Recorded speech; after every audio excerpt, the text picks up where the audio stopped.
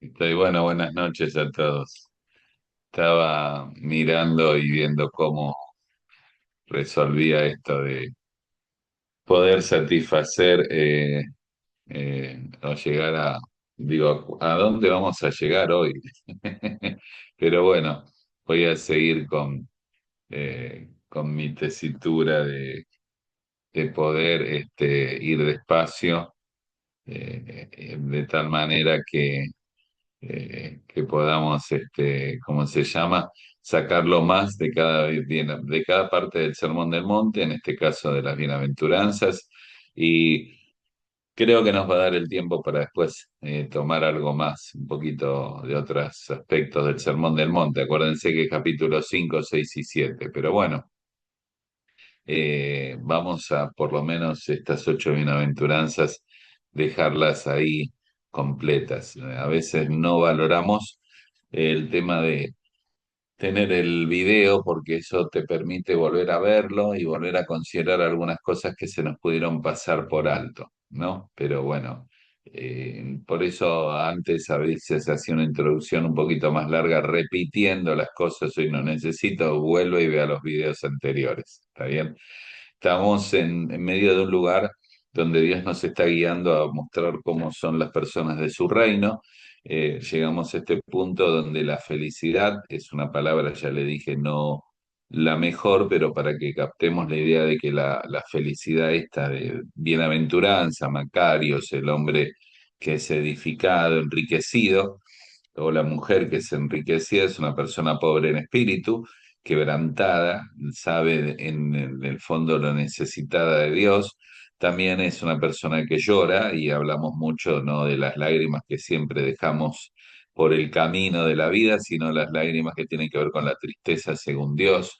Y después estuvimos hablando de ser enriquecidos y felices en ser mansos. Hablamos mucho de esto, de esa actitud que tuvo el Cristo por la mansedumbre y ternura de Cristo y que debemos tener nosotros, y cómo eso nos va a bendecir la vida y nos va a hacer bienaventurados. Realmente cada bienaventuranza forma parte de este puzzle o rompecabezas. Tenés que verlo como un todo, no te olvides, ¿no? Porque cada una de esas es como un golpe nuevo. Decís, uy, ya cuando el pobre en espíritu está bien, que lloro, que la tristeza según Dios, me arrepiento, manso, pero sigue avanzando y sigue avanzando de una forma, en un punto extraordinaria, de algunas cosas que realmente tenemos que considerar a veces seriamente, ¿no? Y ahora llegamos a la bienaventuranza, Mateo capítulo 5 que dice, bienaventurados los que tienen hambre y sed de justicia. Otro, otro de esas frases que nos cuesta captar la idea, ¿no? Dice el verso 6, bienaventurados los que tienen hambre y sed de justicia, y la consecuencia es que ellos serán satisfechos o saciados o plenos. Ahora, muy bien, lo del hambre y sed de justicia siempre tienen que no olvidarse del contexto, mientras que está hablando de una ansiedad por la vida justa de Dios, ahora lo vamos a ver. También el contexto es gente, un pueblo que pasaba hambre. No sé si algunos de ustedes recuerdan lo que es tener hambre. Yo no sé si tienen muchos las cámaras prendidas, pero los veo bastante gorditos, algunos. Entonces, no todos tal vez recuerdan lo que es, pero el pueblo de Israel, el Señor le tocaba sus verdades con cosas muy prácticas, y en este caso el tener hambre y sed de justicia era algo muy llamativo, muy cercano a ellos, porque eran personas que sabían lo que era tener hambre y sabían lo que es tener sed. Era el Medio Oriente, un lugar seco, árido, no había agua tan fluida como hay acá, así que ambas palabras deben haber sido bastante claras y no relacionadas a lo físico, sino a la vida real. Para que tengan una idea, a la vida espiritual, la iglesia, ¿se acuerdan? De Antioquía había juntado una ofrenda por la hambruna que hubo en Jerusalén. y fue enviado la ofrenda por eso, o sea, hambre era hambre, ¿no? Era realmente falta de comida, era una desesperada necesidad de comida. Así que a esta gente que conocía esta profunda necesidad, le dice, tienen que tener una profunda necesidad, así como el impulso físico es muy fuerte y necesitas comer, porque fuimos creados también, y nuestro cuerpo necesita el alimento, debemos tener para con Dios. Y otra vez, la gramática, que a veces no hemos recordado, nos ayuda con este participio presente, que es una acción continua, o sea, tenemos hambre y sed de justicia continuamente, ¿no? La idea es la misma que la vida. Yo puedo comer mucho hoy, pero mañana vuelvo a tener hambre. Por eso es fantástico la relación clara que Dios hace de sus verdades tan profundas de una manera tan práctica, ¿no? Esa hambre y sed de justicia ahora la vamos a poner en el plano espiritual. Tal vez empezando por Moisés, no sé si recordás, él la pasión que tenía por ver la gloria de Dios, esta pasión muy llamativa, porque él tuvo muchas necesidades de guiar al pueblo, de trabajar con un pueblo que era rebelde, de enfrentar a Faraón, de enfrentar no sé, el mal rojo, las plagas, pero esta pasión o este deseo que movió a Moisés, que también lo tuvo David, que también lo tuvo Pablo cuando dice yo ya no lo alcancé y yo quiero asir y ganar a Cristo y todo lo tengo por basura por ganar a Cristo. Es como un sello distintivo de hombres tremendos que no les alcanzó. O sea, Pablo llegó al tercer cielo, escribió la mayor parte del Nuevo Testamento, fundó la mayor parte de las iglesias, pero dice, pero quiero más. Yo, para mí, todo es basura a la luz de mi anhelo profundo de conocer a Cristo, de asirme de Cristo, no lo alcancé, ¿no?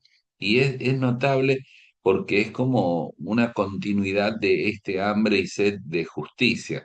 Ahora, la palabra justicia es esa palabra que aparece continuamente en la Biblia y a veces es fácil para nosotros entender la fe, el amor, la fidelidad, pero la justicia tiene que ver con la rectitud, con la fidelidad personal a Dios y a su voluntad, con una vida recta, con una vida que honra a Dios, con una vida tan fiel como Dios lo es. Entonces, justicia a veces tenés que sacarla en tu cabeza de un tribunal, que vamos a la justicia por un ticket en no sé, qué hicimos con el carro. No, no. Ponerla en el contexto de una vida íntegra que agrada a Dios, un deseo interno, ¿no? De una sed de un tipo de vida en el conocimiento de Dios que sea recto, ¿no? Que está determinado por ese hambre y sed de justicia. No tiene esta persona hambre y sed de ir a las reuniones. Espero que todos vayan a las reuniones. No tiene hambre y sed de predicar o presidir en una reunión. Tiene hambre y sed de una vida correcta, de una vida justa delante de Dios. Eh, Salmo 73:25 dice, ¿a quién tengo yo en los cielos sino a ti? Y fuera de ti nada deseo en la tierra. Eso es pasión. Eso es lo que, lo que le está esta bienaventuranza marcando. Hambre y sed de justicia, ¿no? Por eso es algo constante, es algo que tiene que ver con disfrutar de Dios, de gustar de Dios, gustar y ver cuán bueno es Dios. Es notable el tema de la comida, ¿no? Porque el Señor dijo, no solo de pan vivirá el hombre, sino de toda palabra que sale de la boca de Dios. Es como que dice, mira, por un lado vos necesitas el pan diario y cuando ores, una de las oraciones es el pan nuestro de cada día, dánoslo hoy. Eso no creo que lleguemos a la oración, pero podríamos después verlo. Mientras que esta es la realidad física de buscar un pan diario y buscarlo en Dios, hay una realidad espiritual que debe ser igual, un hambre, una pasión, un deseo, algo supremo que no hay reglas para lograrlo, se despierta en el alma y define la vida. Yo creo que la frase no lo alcancé es una palabra o una frase que define la vida de Pablo de una manera extraordinaria, porque podrías definirla todos los logros. No lo alcancé, dice, yo prosigo, no lo alcancé. No, yo quiero más, esto es lo mismo, ¿no? Spurgeon decía, en presencia de este hambre, muchos hombres dicen que mucho hambre debe desaparecer, o sea que es una pasión que domina. Y viste que la vara de Araón que se tragó lo demás, este hambre se traga a otros hambres que no son malos, pero hay otras cosas que te mueven, que las podés mantener, pero es una pasión que domina, como Spurgeon dice, y va tomando lo demás, ¿no? Es un hambre que traga a los demás hambres, es un hambre espiritual, de ser enriquecido por Dios y bendecido por Dios. Y esto es muy interesante porque revela de lo que estás hambriento, lo que buscas en la vida, ¿no? Decime qué buscas y te voy a decir quién sos vos. Revela el carácter de un corazón. Algunos buscan la sensualidad, algunos buscan el dinero, algunos buscan la gloria, la fama. Todo eso revela el corazón, ¿no? Tozer decía es una frase muy linda: los hijos de Dios han sido atravesados con este hambre, decía A. W. Tozer, ¿no? El deseo infinito de anhelar a Dios, de anhelar lo que Dios anhela, amar lo que Él ama, y se ha convertido casi en una necesidad profunda del corazón, el hambre y sed de justicia. Isaías 26:9, yo te leí Salmo 73:25. Isaías es un precioso texto, ¿te acordás?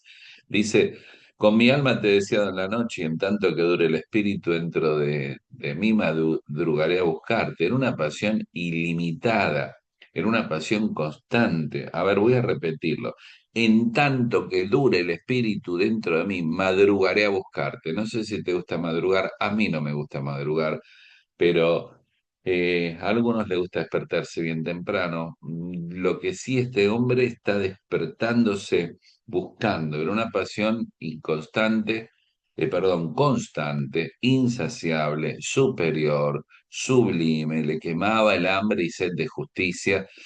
Hablaba de querer tener esa justicia de Cristo, esa vida correcta, el deseo de conformarse a Dios, de ser lo que Dios quiere que seamos. Y esto es algo que lo movía, ¿no? Tiene apetito. El hombre sin Cristo tiene apetito del pecado, ¿viste? Tiene hambre de pecado. Por eso en 2 Pedro 2:22 dice, les ha acontecido lo verdad, lo que del verdadero proverbio: el perro vuelve a su vómito y la puerca lavada a revolcarse en el cieno, ¿no? En el cieno. ¿Saben por qué el perro vuelve a su vómito? Bueno, aquí hay un apetito y está volviendo a eso, ¿no? Espero que hayas comido, porque no es muy agradable la frase. Pero esto es lo mismo. Eh, Pedro está diciendo, mira, el perro vuelve a ese vómito. Y las ovejas no hacen así. Las ovejas no hacen eso, el perro lo hace. Y esto es tremendo porque, mira, el hijo pródigo fue así. El hijo pródigo tenía hambre de cosas erróneas, tenía hambre de la provincia apartada, amaba la provincia apartada, amaba la vida del pecado y se fue tras ella, y los placeres y la popularidad lo terminaron destruyendo, y se halló con un hambre que no podía satisfacer, que era un hambre física, pero tenía hambre de una comida y de una cama calentita y de un hogar, y en la casa del Padre había toda esa abundancia. Por eso dijo, en la casa del Padre hay abundancia de pan y yo aquí perezco de hambre. Siempre la misma idea, ¿viste? La pasión dominante de sus deseos lo llevó a tener una pérdida de todo, aún al hambre físico le tocó. Y volvió a la casa del Padre donde había abundancia, era la característica de la casa del Padre. Así que vos me decís, bueno, está bien, entiendo todo, ya está, ¿no? Necesitas ampliarlo, pero yo te preguntaría, eh, ¿quién es o qué tipo de característica tiene una persona con hambre y sed de justicia? Para que veas si vos la tenés, si vos sos ese tipo de persona. Bueno, te doy algunas ideas. Primero tendrías que tener un deseo creciente por la palabra de Dios, un deseo de conocer a Dios, un deseo de obedecer a Dios. El Salmo 42, ¿te acordás? Como el ciervo brama por las corrientes de agua, y el salmista vio al ciervo que gemía por el agua en lugar desierto, ve el agua, brama, gime. Bueno, define un poco de esto. Así tiene mi alma sed de Dios. ¿Cuándo vendré? Pregunta y me presentaré delante del Dios vivo, ¿no? El Salmo 42 es muy claro. Esto es deseo profundo por Dios, un clamor. El Salmo 27:4 dice, una cosa he demandado a Jehová y que esté en su santo templo para inquirir, para estudiar, para investigar la hermosura del Señor. Esto es lo que me mueve, lo que deseo en la vida. El Salmo 119, verso 2 dice, con todo mi corazón te buscaré. Y el verso 10 dice, con todo mi corazón he guardado tus dichos. Y es eso que lo mueve, ¿no? Y el Salmo 119, verso 20 dice, así está quebrantada mi alma de desear tus juicios en todo tiempo. Es interesante porque hay varias versiones de esa palabrita, ¿no? De quebrantada está mi alma, es una necesidad profunda. La idea es una carga por el deseo de conocer. Otros traducen, en vez de mi alma está quebrantada, ponen mi alma se consume. Otros dicen, me siento oprimido a todas horas por el deseo de conocer tus decretos. Otra versión, es interesante leer varias versiones de un texto para ampliar la idea, dice, siento grandes deseos por conocer a Dios. Y otra versión dice, deseo con toda mi alma. Y otra versión dice, languidece mi alma deseando en todo tiempo.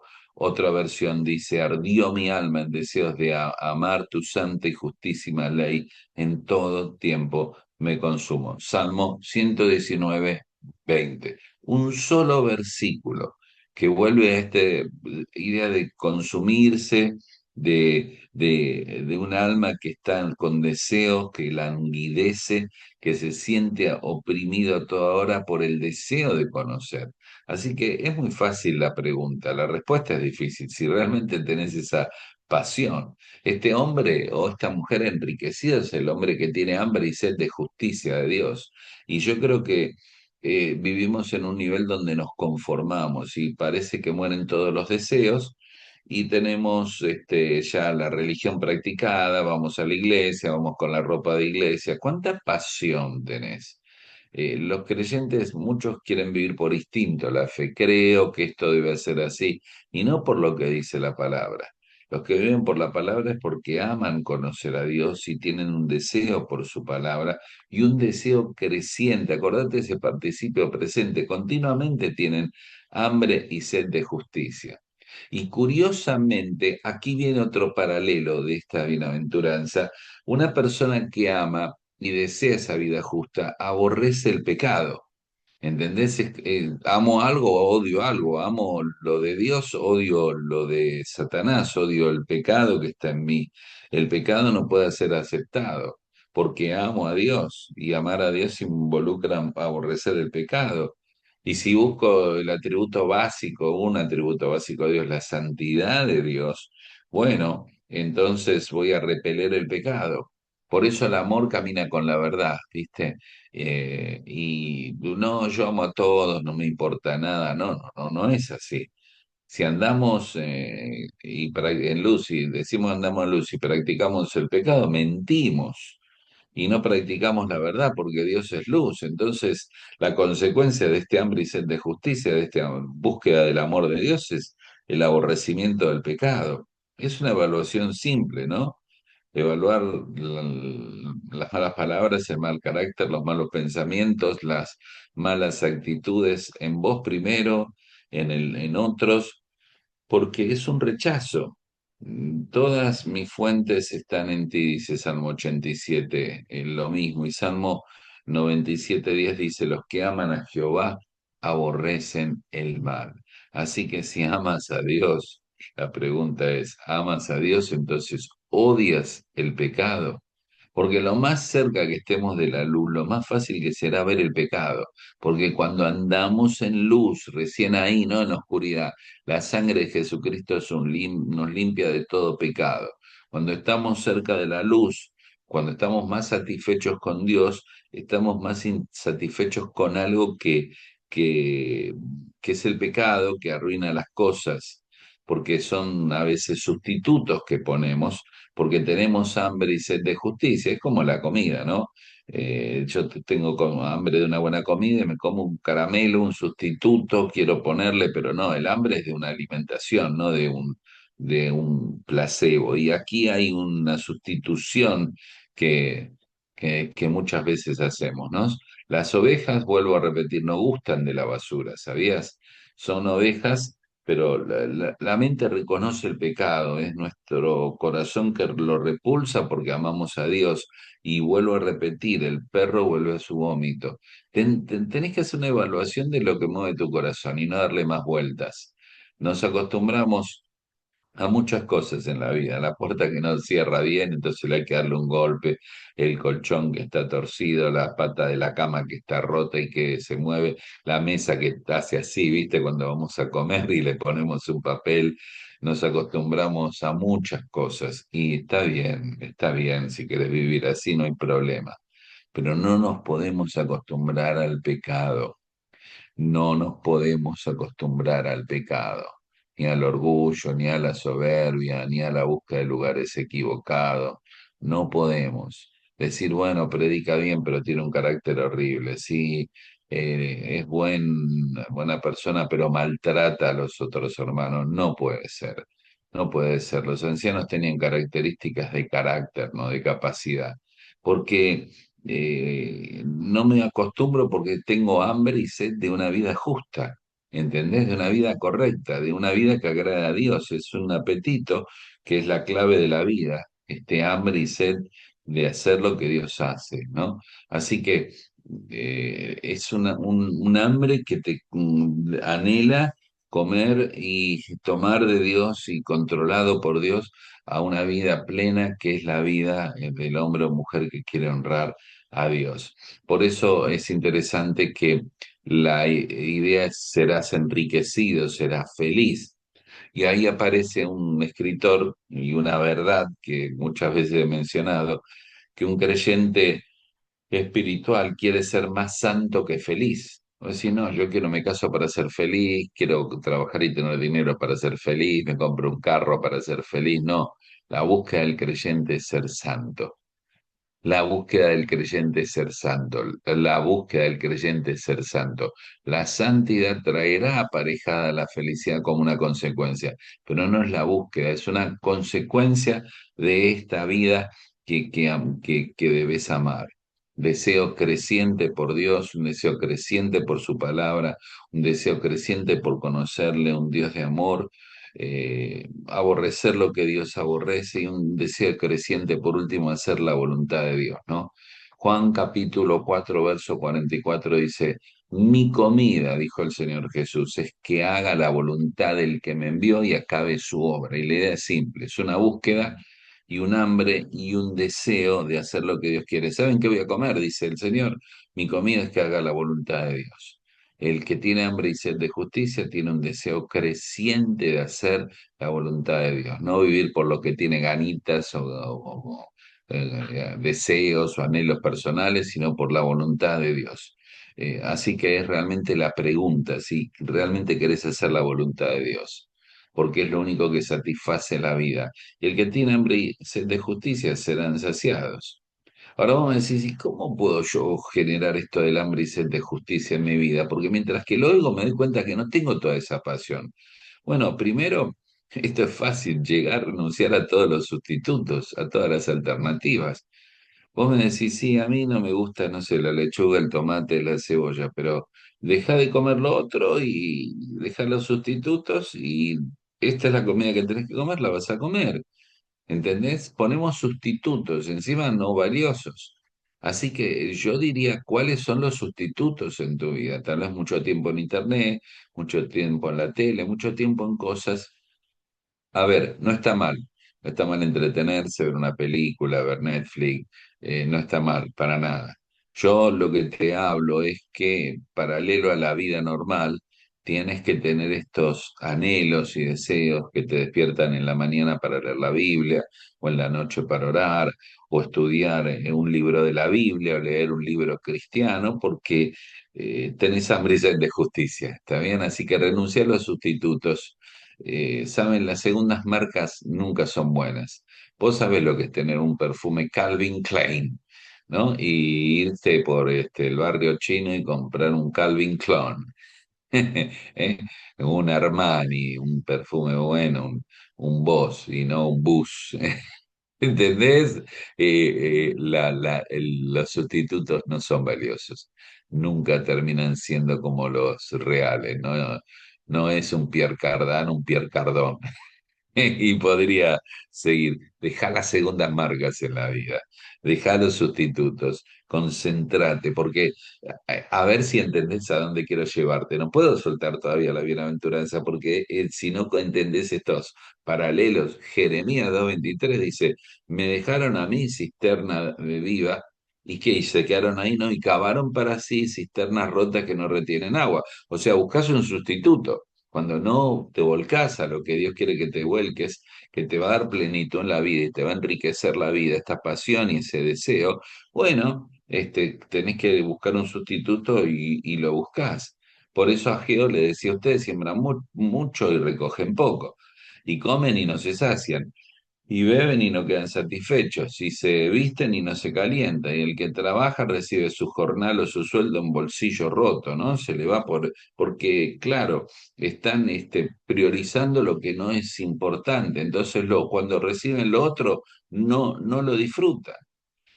A ver, hoy hablamos mucho de comida por hambre y sed de justicia, espero que hayas comido, pero aquí creo que en tu país, no sé cómo se llama, aquí está la comida que cocinas en la casa, que una buena cocinera, la mamá o la esposa hace una comida bien casera, y después la comida de, no sé, de un fast food, un McDonald's o lo que sea, nosotros lo llamamos comida chatarra. No sé cómo le llaman ustedes. Es comida chatarra, es comida para salir del paso, pero vos no podés vivir de eso. Creo que, no sé si viste ese video de ese hombre que se dedicó 30 días a comer solo en McDonald's y solo su alimentación era ahí, y entonces fueron chequeando y a los 20 días ya el doctor le dijo que tenía que dejar o iba a morir porque se le habían disparado los niveles de colesterol y todo el cuerpo, o es comida chatarra. Entonces, en la vida cristiana tenés que dejar los sustitutos, tenés que comer lo que realmente importa, tenés que llenarte de lo que realmente vale. Esto es lo que tenés que inspirarte en hombres y mujeres de Dios que emanaban la palabra de Dios y contemplaban al Señor y estaban enamorados del Señor. Mira, cuando hablamos de hombres y de justicia, para cerrar, hay una historia que no sé si alguna vez la conté ahí con ustedes. Es una historia interesante. Yo recuerdo hace unos 1000 años atrás, no tanto, no tanto, tenía, era maestro de escuela, un profesor, ustedes le dicen, creo, ¿no? Bueno, era maestro de escuela y daba clase, tenía mi aula, tenía como 35 niños chiquitos, 7 8 años, o 6 7 años, algo así, y del otro lado de la pared, detrás del pizarrón, de la encerado, de la pizarra, había una pared y había otra aula. Entonces yo llego a la parte, dar clase en la tarde y veo que había un niño que estaba revocando la pared. Estaba con un tacho de un pequeño balde, una cubeta, con revocando la pared. Y yo pensé por un momento y dije, ¿qué, qué es lo que pasa? Yo sé que, eh, que la escuela era una escuela del Estado y que no había mucho dinero, pero me llamó la atención. Entonces le pregunté a la maestra y dice, no, te voy a explicar lo que pasó, porque estaba revocando la pared de mi lado, debajo de la pizarra. Dice, ¿sabes lo que pasa? Mira, este chico es de la mañana, este niño, y se sienta en el primer asiento del otro aula. Y el primer asiento del asiento adelante de tu aula, donde hay otra maestra, había una nena. Entonces este nene gustaba de esa nena, ¿viste? Le gustaba. Entonces estaba la maestra escribiendo y de repente ve que de debajo de la pared sale, empieza a caer el polvo, la tierra del revoque, y le llama la atención, y ve un cañito que sale, ¿viste? Y ve que habían hecho un agujero. Entonces se asoma, así como te lo cuento, se asoma, se inclina y mira por el agujerito de la pared y ve un ojo del otro lado. Y era este nene, ¿entendés? Que había hecho ese agujero en la pared para ver a la nena que le gustaba del otro lado. Así como, entonces, claro, lo retaron y lo mandaron a revocar la pared. Pero cuando vos pensás en la historia, ¿no? El nene en su inocencia haciendo un agujero en la pared para ver la nena que le gustaba. No tendríamos que ser así con el Señor. No tendríamos que romper cualquier pared necesaria para verlo a Él, para tener hambre y sed de justicia por conocerle, por amarle, por enamorarnos del Señor, que no importa la locura que pienses que uno haga, es el deseo apasionante de querer conocerle más, estar más enamorado de él. Yo dejo aquí esta bienaventuranza, tenemos que avanzar, pero quisiera que hoy pienses mucho si realmente tenés este hambre y sed de justicia que te consume, esta pasión real. No se va a identificar esto porque vayas a hacer las reuniones, porque te hagas el religioso. Es algo del corazón, es algo muy profundo, muy íntimo que vos sabés si están viviendo así o no. Si no podés descubrirlo, dejar los sustitutos y empezar a alimentarte de lo verdadero. Muy bien, seguimos avanzando. Y ahora viene la otra bienaventuranza. Vieron que vamos despacio, pero a profundo, ¿no? Dice, bienaventurados los misericordiosos, porque ellos alcanzarán misericordia. Ahora, claro, el hombre o la mujer que tiene hambre y sed de justicia será satisfecho. Dios le va a llenar en plenitud con el conocimiento de su persona, no lo dudes. Pero ahora, la persona enriquecida o feliz es una persona que tiene misericordia. Aparece este tema tan importante y lamentablemente como misericordia es una. Yo tendría que hacer un diccionario básico de palabras que usamos, ¿no? Bendición, amén, amor, fe, misericordia, y que como las usamos tanto, perdemos el contenido, el significado, la plenitud que tiene esta palabra, ¿no? La palabra misericordia comienza arrancando el texto con una palabra que en griego es muy interesante porque se usa dos veces solamente. Se usa acá, en el texto griego que fue escrito en el Nuevo Testamento, la palabra misericordia aquí se usa acá y en Hebreos 2:17, ¿no? En Hebreos 2:17, y la palabra ahora la voy a explicar tranquilo, dice, hablando de Cristo, que en todo es semejante a sus hermanos y vino para venir a ser misericordioso y fiel sumo sacerdote en lo que a Dios se refiere, para expiar los pecados del pueblo. Así que Cristo fue misericordioso y las personas de su reino son enriquecidas cuando son misericordiosos, porque esta es una misericordia de Dios que quiere que también la reflejemos y la mostremos nosotros. La palabra griega misericordia que se repite en Hebreos 2:17 acá es eleos o elemón, depende del tipo de conjugación de la palabra, y es algo que si vos querés básicamente alcanzar a comprenderlo para tu vida es más que un sentimiento, ¿está bien? Es un acto compasivo, es algo que está, es alguien que está activamente compasivo, es un sentimiento en acción, por eso está activamente compasivo, es uno que la misericordia le mueve en benevolencia y quiero remarcarlo y quiero que te quede la idea, involucrarte en este pensamiento, porque esta persona piensa y actúa, es la acción. O sea, no solo piensa y dice, ay, tengo misericordia, sino hace misericordia. Es activa, por eso te dije, es activamente compasivo. O sea, posee una compasión que le guía a actuar con misericordia.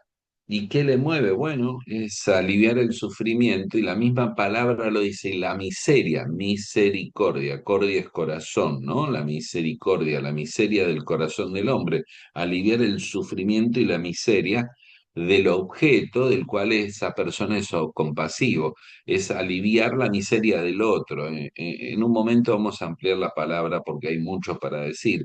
Misericordia es el corazón ante la miseria, ante la misericordia, es algo que se hace para aliviar la angustia. Y no sacarte de la cabeza que miseria miserable es el hombre que está en la calle, ahí en tu ciudad, como en la mía, tirado sin poder comer.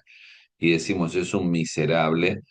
No, no, esta palabra habla de un miserable y una miseria que puede tener un hombre con mucho dinero, una mujer con mucho dinero. Es otro concepto, es otra visión. Y esa miseria mueve a esta persona a actuar, ¿entendés? Es una misericordia que mueve el corazón y hace algo para aliviar la angustia. El Señor aceptaba el pecado y cuando aceptaba, perdón, mejor dicho, perdonaba, cuando perdonaba el pecado, ¿no? Dios, la sangre caía sobre el propiciatorio, no sé si te acordás, yo sé que es tarde, pero que era el asiento de la misericordia. O sea, era el asiento que producía la misericordia, que hablaba de la misericordia, era sangre sobre la misericordia que traía perdón. Por eso los judíos tienen un día del perdón, para el pueblo judío es muy, muy importante.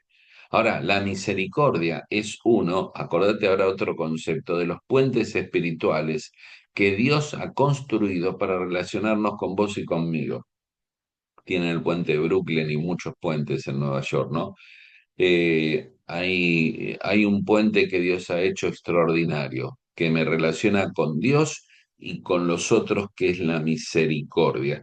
Es un puente único. ¿Cómo Dios construyó este puente? Es interesante, porque mira, voy a decirte algo que parecerá técnico, pero te voy a explicar muy sencillo. Dios tiene atributos, tiene aspectos de su persona, de su carácter, que son comunicables y otros que son incomunicables. ¿Cuál es la diferencia? El incomunicable es un aspecto que Dios lo tiene y no te lo va a dar. O sea, Dios es eterno. Él puede brindarte vida eterna, pero no eternidad en el concepto que Él la tiene. Él no tiene principio ni fin. Es un atributo no comunicable, absoluto se llama, ¿no? Dios es eterno, Dios es uno, Dios es omnisciente. Vos no vas a poder ser omnisciente y conocer todas las cosas. Son parte del carácter de Dios que no puede comunicar.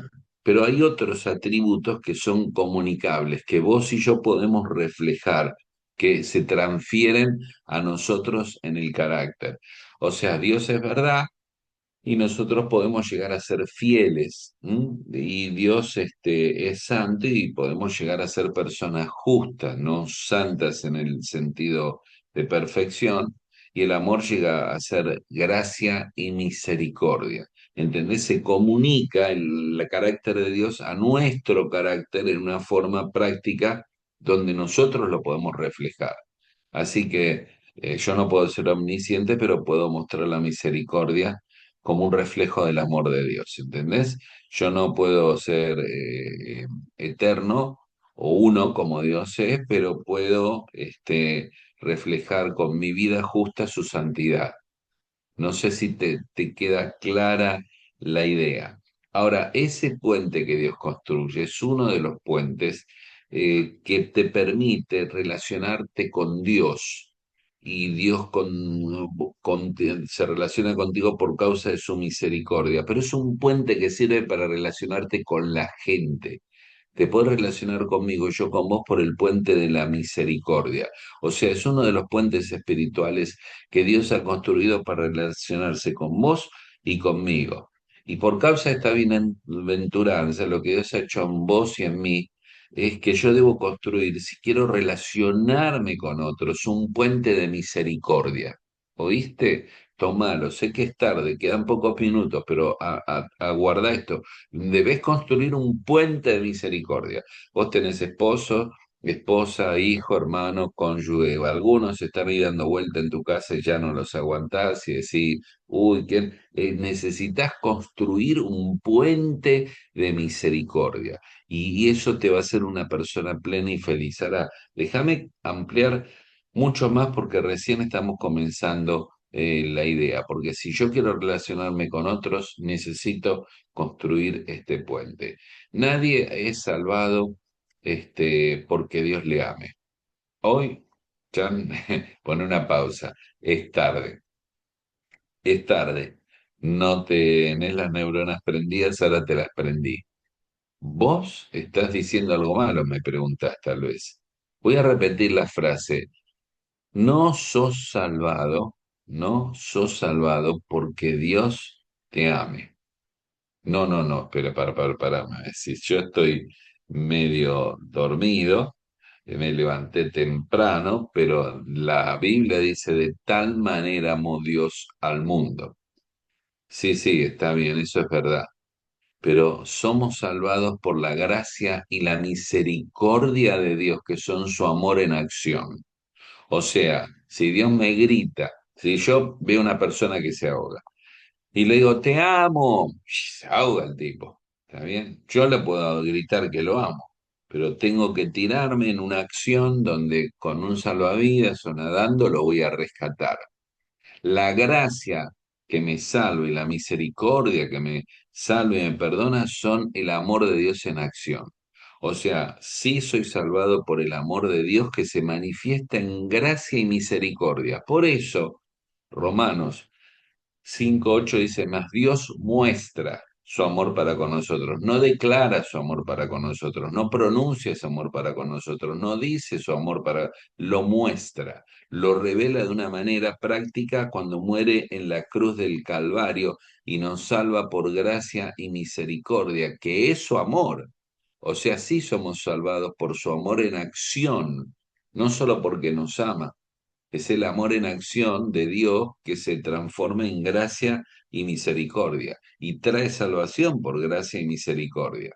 O sea, cuando Cristo viene y muere en la cruz del Calvario, la idea de misericordia es mucho más amplia de lo que te puedes imaginar. O sea, imagínate todo lo que estoy ayudándote a pensar y ni siquiera vamos a llegar a mucho en esta noche. Por ejemplo, Lamentaciones 3:22 dice, porque por la misericordia de Dios no hemos sido consumidos y nunca decayeron sus misericordias, porque es un atributo del carácter eterno de Dios. Lot dice, Lot fue salvado según la misericordia de Dios.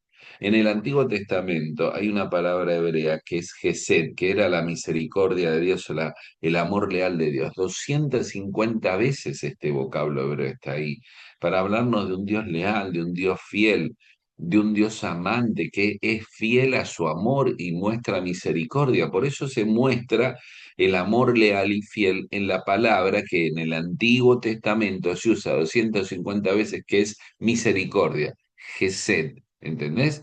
O sea, es un movimiento en el corazón de la persona que le lleva una acción continua. O sea, para que entiendas, cualquier cosa que hagas en beneficio de alguien es misericordia y debemos ser movidos por la misericordia de Dios. Es como la gracia de Dios, yo no tengo ahora un gráfico, llega a vos y a mí, porque misericordia es un sentimiento, pero es más que un sentimiento.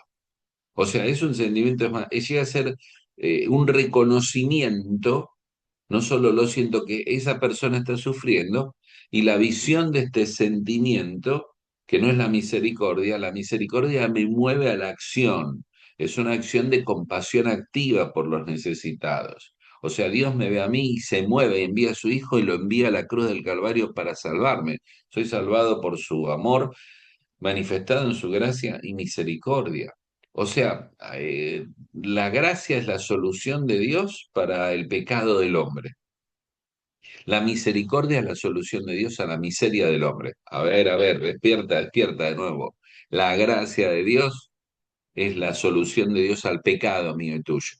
La misericordia es la solución de Dios a tu miseria y a la mía, porque vos sos un pecador, pero también sos un miserable. Yo soy un miserable. No sé si te gusta esta palabra. Estás solo con alguien, decile al de al lado, sos un miserable.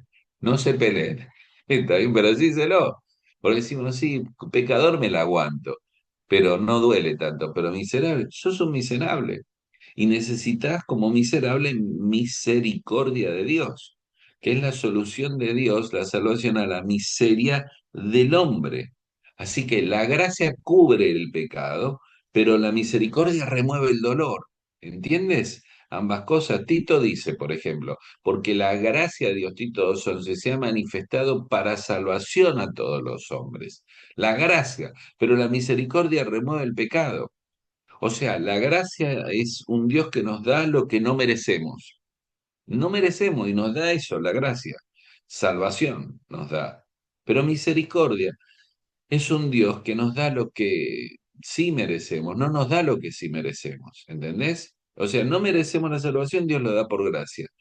Y la misericordia evita que lo que merecemos, que sería condenación, castigo, juicio, no lo dé. Gracia y misericordia caminan juntos. Gracia es algo no ganado, ¿entendés? Y misericordia es algo no merecido. Voy rápido, vamos de nuevo. Gracia es algo no ganado y misericordia es algo no merecido. O sea, somos salvos por la gracia y misericordia de Dios. Gracia es lo que nos salva, pero misericordia es lo que nos perdona. Gracia es lo que se relaciona con la causa del pecado. Misericordia se relaciona con las consecuencias del pecado. Gracia ofrece perdón y misericordia ofrece alivio del castigo. Gracia ofrece perdón por el pecado, pero misericordia ofrece alivio del castigo. Gracia es lo que cura o sana el alma, pero misericordia elimina el dolor del enfermo. Gracia es un recuerdo de una salvación que dice cielo. Eso es gracia. Misericordia es un recuerdo de una salvación que dice nunca infierno. Gracia y misericordia. Gracia y misericordia. La maravillosa salvación de Dios, el maravilloso amor mostrado en esto. Gracia es un Dios que te dice te perdono. Y misericordia es un Dios que te dice me compadezco delante tuyo. ¿Sabés quién usó esto? El buen samaritano. Los demás no tuvieron ni gracia ni misericordia, ni el levita, ni el sacerdote, pero el buen samaritano tuvo gracia y misericordia. Gracia cuando lo vio, se detuvo y decidió salvar a la persona, salvarlo y limpiarlo. Y misericordia cuando lo vendó, lo puso en su cabalgadura, lo llevó al mesón y pagó los 2 denarios, porque la gracia y misericordia actuaron y actúan en tu vida y en la mía, y es tan amplio lo que ha hecho Dios que vos ahora seguime, todavía no te duermas, es tarde, tenés que tender ese mismo puente de misericordia para dárselo a otros. Por eso pensamos muy liviano de estas palabras. Sí, siempre hablamos de gracia y misericordia, pero son demasiadas profundas. Son acciones que hablan de cómo Dios se ha manifestado y cómo Dios quiere que te manifiestes. Salmo 85:10. La misericordia y la verdad se encontraron. La justicia y la paz se besaron. ¿En dónde? En la cruz del Calvario. Allí se han encontrado. Hay un texto en Santiago 2:13 que dice, habla del juicio y misericordia. Y dice, porque juicio y misericordia se hará con aquel que no hiciere misericordia. Y la misericordia triunfa sobre el juicio. Ahora, voy a explicarte este texto. Juicio y misericordia será con el que no hace misericordia. Es verdad, es verdad. Y la misericordia triunfa sobre el juicio, es verdad. Bueno, en el Calvario fue distinto en el sentido. Porque en el Calvario sí hubo juicio con misericordia. ¿Viste que dice juicio y misericordia sea con el que hace misericordia? Acá están juntas en la cruz. Hay un juicio y una misericordia. Una misericordia y un juicio. En la cruz del Calvario, un juicio. El Señor juzgó tu pecado y el mío en Cristo. Cristo murió por vos y por mí y hubo misericordia. Dios nos perdonó y nos mostró misericordia sobre la base de su sacrificio. Ahora, otra vez, sé que es tarde a despertar. Si vas a mostrar misericordia, de acuerdo a esta bienaventuranza, debes reflejar esa misericordia y va a ser sobre la misma base que Dios en Cristo lo hizo. O sea, no vas a mostrar misericordia o compasión por lástima. Pobrecito, lo ayudó. No, no vas a mostrar misericordia porque lo ves pobre y lo querés ayudar y aún ves un hermano necesitado. No, no, nunca vas a poderlo hacer así. Porque en términos divinos es distinto. Eso dejáselo al mundo, a las ayudas caritativas, humanitarias, a las sociedades que ayudan a la gente. La misericordia que vos vas a ejercer, el puente que vas a construir hacia esas personas que te rodean, es un puente basado en la cruz del Calvario. Es sobre la misma base, sobre el sacrificio de Cristo. O sea, frase a tener en cuenta. No podés dar o extender misericordias de tu propia espiritualidad. O si soy tan espiritual, a mi hermana la voy a perdonar, tener misericordia. No podés. No podés, entonces, ¿cómo hago?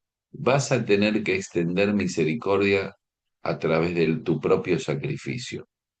No nuestra propia espiritualidad, sino de nuestro propio sacrificio. Eso extiende misericordia. No se extiende misericordia por ser espiritual, sino involucra sacrificios. Él hizo la paz, sí, por medio de la sangre de la cruz. Hay un sacrificio, hay un precio. No puedes dar misericordia si no la recibiste, y si la vas a recibir vas a estar obligado a dar misericordia en la misma manera que el Señor te la dio por sacrificio.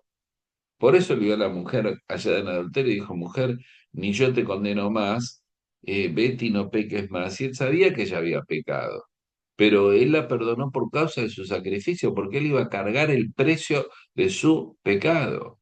O sea, solo el que recibe misericordia puede compartir misericordia. Es muy importante que captes este concepto, porque yo sé que tenés gente a tu alrededor difícil y te crees que como buen creyente debes ayudarlo, tener misericordia. La misericordia se basa en dar lo que recibiste, se basa en las bases de la cruz del Calvario, es por sacrificio, no por espiritualidad. Es un puente a construir. Como Dios lo construyó hacia tu corazón, vos lo tenés que construir hacia los demás.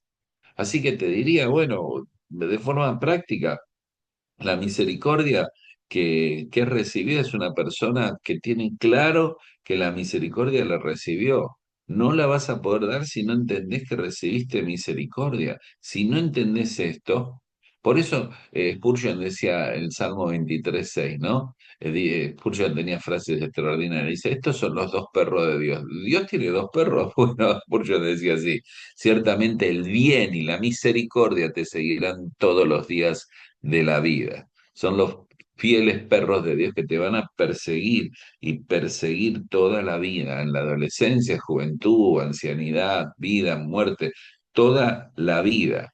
Y cuanto más misericordia recibas, más Dios va a proveerte y la misericordia nos va a liberar y va a dar oportunidades de mostrar misericordia y vas a ver a las personas a través de la misericordia de Cristo, no del pobrecito de la lástima, la misericordia de Cristo, algo real. Y vas a compartir misericordia y vas a mostrar misericordia. Y sabes a quién vas a perdonar, ¿no? En el ejercicio de la misericordia tenés que perdonar, porque esto es claro, a un miserable. Es una persona que te causó dolor, sí, pero es un miserable. Y la misericordia se mueve a mostrar lo que Dios es. O sea, es la oportunidad de ayudar a la miseria, a esa miseria. La misericordia es de Dios. Es una visión distinta de tus relaciones. Y Él, esa misericordia, Dios la da a los hijos para dárselas a otros, para que la compartas con otros, para que no te guardes todo en tus tesoros, sino los compartas con otros. Es una misericordia que te ha recibido. Y lo digo con, a ver, con todo respeto y con todo temor de Dios, pero lo que te voy a decir es real, tómalo así.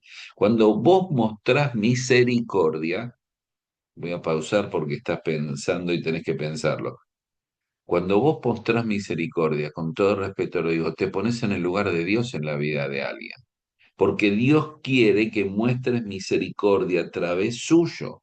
O sea, que reveles misericordia de Dios. Como la mujer tirada en la calle que le querían hacer entrar a darle de comer, después predicaban en una de esas misiones evangélicas y todos le decían que Dios le ama, que entrara. No entró la mujer, pero una de esas chicas la abrazó y le dijo, Dios te ama.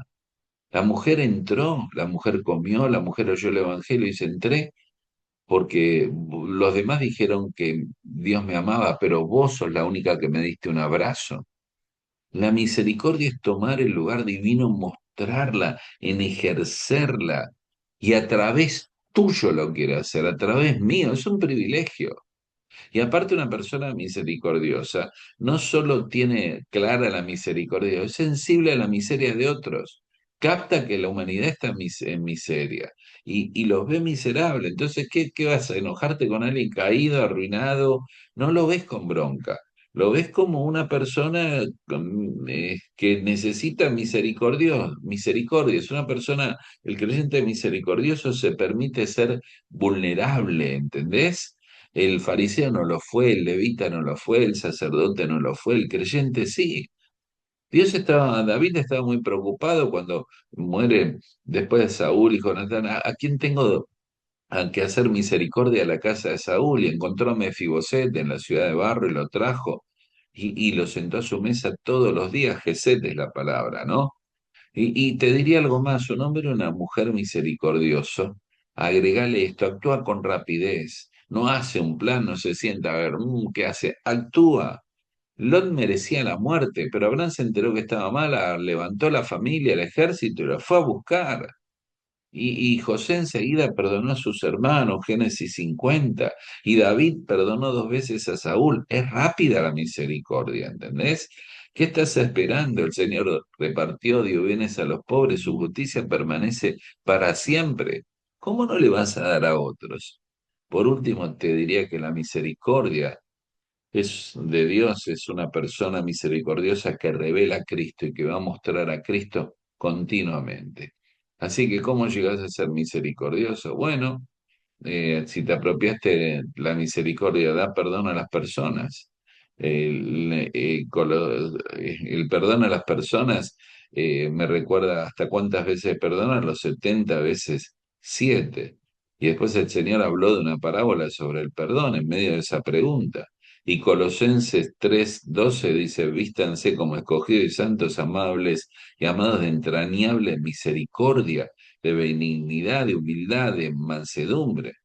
No hay otra forma de mostrar misericordia que perdonarlo, que perdonar. Solamente Dios puede darte, y como Dios te lo dio antes que darle a los demás misericordia, también se puede mostrar en perdón y se puede mostrar en compasión y es alguien, la misericordia que va a mostrar el perdón no es alguien que no lo merece el castigo, pero vas a verlo distinto, hay un perdón que Dios perdona. Y por último, yo te diría que el perdón es el que transforma el corazón y una persona misericordiosa es una persona de un corazón transformado. Por eso debes ser una persona compasiva si vas a ser misericordiosa. La gente dice, no pienses en nadie más que vos. Tengo que terminar y la salvación de Cristo cuando la mostrás y la predicás también es mostrar compasión y misericordia. Así que terminando en esta noche, somos realmente miserables y no solo miserables, el mundo es una miseria que camina, el ser humano es miserable, el creyente es miserable, en todos los aspectos que puedas pensar y decir la humanidad es miserable, porque es una miseria que habla de un corazón miserable y Dios mueve su corazón hacia personas misericordiosas para que sean y muestren su misericordia. Si has tomado misericordia, es hora de que la brindes, la des a otros y descubras la felicidad plena, la bienaventuranza y el enriquecimiento de ser un hombre o una mujer misericordioso. Bienaventurados los que tienen hambre y sed de justicia, porque ellos serán saciados. Y bienaventurados los misericordiosos, porque ellos alcanzarán misericordia. El tiempo ha terminado, oramos en esta noche. Querido Señor, gracias por tu palabra. Son muchas cosas a recibir. Ayúdanos a volver a ver este video, a volver a pensar en estas verdades Señor, despierta en mis hermanos y hermanas hambre y sed de justicia, pasión desbordante por ti, por una vida correcta. Señor, danos el crear y construir puentes de misericordia en función de la misericordia que hemos recibido. Gracias por tu amor en acción, salvándonos a través de la gracia y misericordia. Señor, oramos en esta noche para irnos a la cama pensando todo esto, volviendo a leer Mateo 5, volviendo a recordar tus verdades que transformen nuestra vida. Te lo pedimos en el nombre del Señor Jesús. Amén.